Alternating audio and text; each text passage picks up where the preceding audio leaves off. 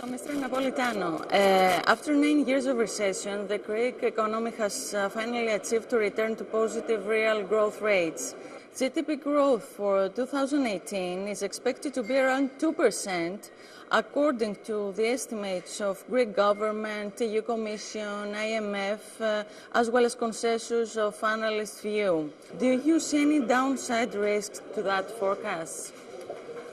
Well, for 2018, we see little downside risks, but there are some downside risks, not only for Greece, for the Eurozone as a whole. I would say the main ones are externals. Clearly, there is a very protectionist trade policy coming from the US. That can have an impact on the Eurozone, and it would have an impact on Greece. Domestically, we see less risks for Greece. Really? Yes, we see less risks now than we used to. Yes, it is positive. It is positive. We've always been concerned, there are always risks, but we see reduced risks now. One is politics. We see a more stable political environment in Greece. There is the risk that if there will be some early elections, those could lead to maybe a fall in confidence, but we see that as a limited risk for now. One risk is related to the banking sector. The banking sector has to go through a significant reduction of NPLs. It will have to deal with the issue of strategic defaulters. That can have an impact on private consumption, so that is a downside risk for the economy. I would say a final risk is maybe investments. Our forecast for Greece relies on a pickup in gross fixed investment, and if that is not going to materialize for any reason, that could dampen a bit the growth story, the GDP growth for Greece. Do you think that the foreign investors finally this year will come and invest in the Greek enterprises, in the Greek economy in general? Well, it's a difficult question. I'm not in a position to say whether it will happen this year. Foreign investors look at a wide variety of things when they decide to invest in a country. But what is important is that we believe that Greece is starting to tick quite a lot of boxes that investors look at. So there is more political stability, the macroeconomic story looks more stable, the fiscal story looks more stable. It's clearly open to foreign investors. So there is the potential for foreign investors to come in. Whether it will happen this year is very hard to tell. As you said before, one of the risks is the banking sector in Greece. The last news show that both SSM and EU Commission are pushing for acceleration of electronic auctions. In its latest report, the Commission is targeting in 130,000 auctions by 2021. Do you think that this is feasible at first? I think this is more for my colleague Konstantin. Okay, yes, but I'm making the question in order to come to the Greek economy. I mean, if finally these auctions, this target will proceed, I want to ask you if how will impact the Greek economy, the mass auctions. Well, the key point is that banks have to go through that process of reducing the stock of non-performing loans.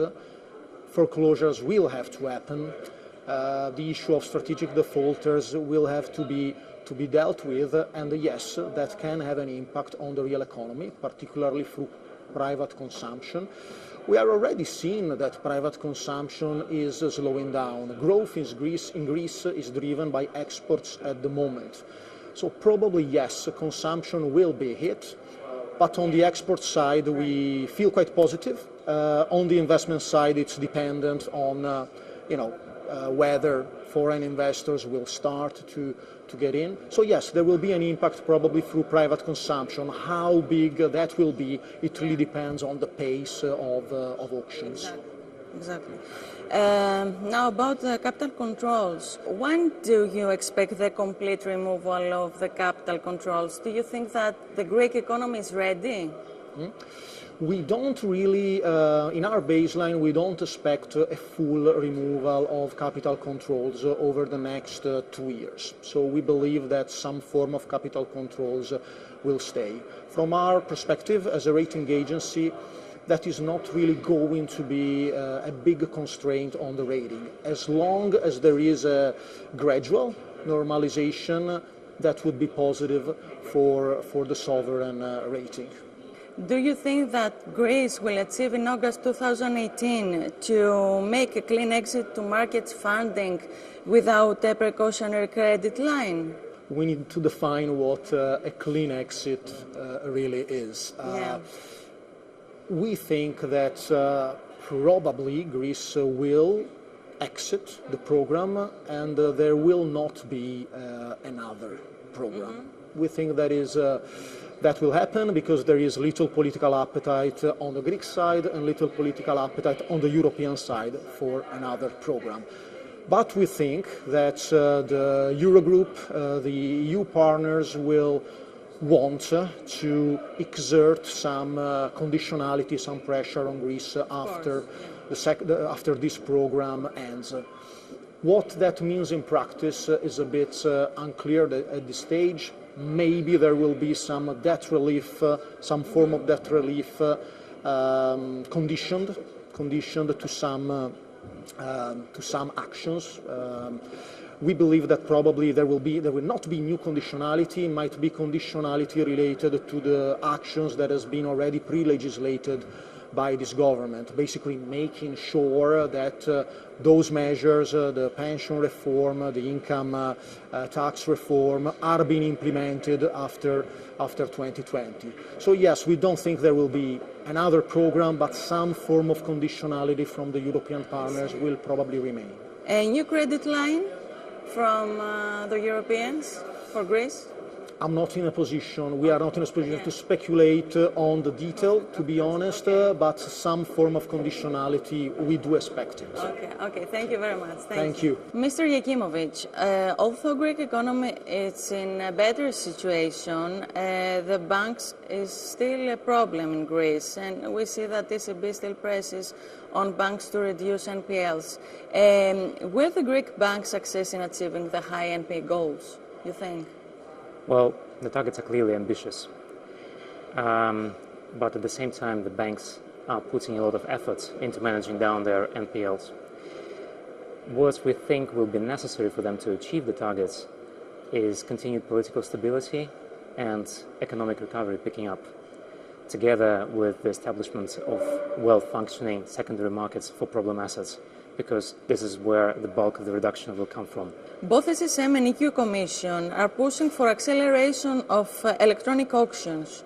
In its latest report, the Commission is targeting in about 130,000 auctions by 2021.